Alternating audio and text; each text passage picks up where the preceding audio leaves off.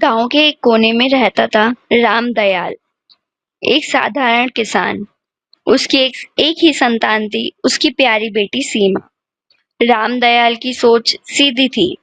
लड़कियां घर के लिए होती हैं, पढ़ाई उनके लिए नहीं होती।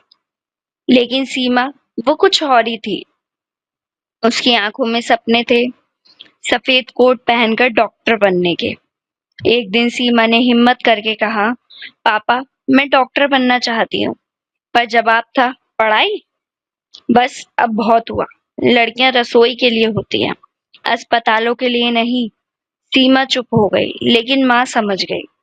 वो चुपचाप अपने गहने बेच लाई और बेटी की फीस भर दी। वक्त बीतता गया। सीमा गांव से शहर चली गई और धीरे धीरे उसके सपने भी आकार लेने लगे। इधर रामदयाल को विश्वास था कि सीमा अब घर के काम में लगी होगी। उसे ये नहीं पता था कि उसकी वही बेटी अब एक बड़ी अस्पताल में डॉक्टर बन चुकी है। एक दिन खेत में काम करते करते रामदयाल को चक्कर आया। वो बेहोश हो गया। गांव वाले तुरंत उसे शहर के बड़े अस्पताल ले गए। डॉक्टर्स बोले, मरीज की हालत बहुत नाजुक है। एक ही डॉक्टर है जो इस केस को संभाल सकती है। कुछ देर बाद ऑपरेशन थिएटर से एक आवाज आई, नर्स, मरीज को तैयार कीजिए, ये मेरे पापा हैं।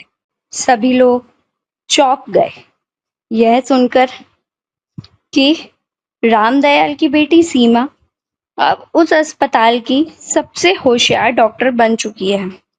सबने दोबारा से उससे पूछा तो वो यही बोली, हाँ, ये मेरे पापा हैं, मैं अब डॉक्टर बन चुकी हूँ। और उसने ऑपरेशन किया, वो भी सफल हो गया। रामदयाल की आंखें खुली। सामने वही बेटी खड़ी थी जिसे उसने कभी रोका था।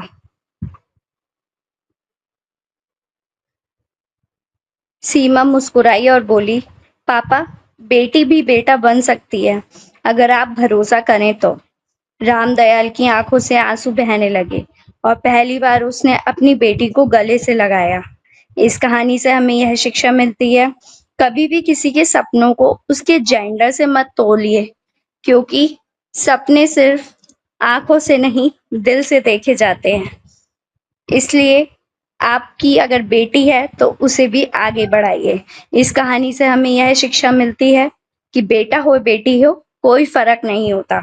अगर आपको मेरी वीडियोस पसंद आती हो तो प्लीज वीडियो को लाइक कीजिए, कमेंट सेक्शन में अपना कोई टॉपिक बता सकते हैं, और हाँ, चैनल को सब्सक्राइब करना मत भूलिएगा।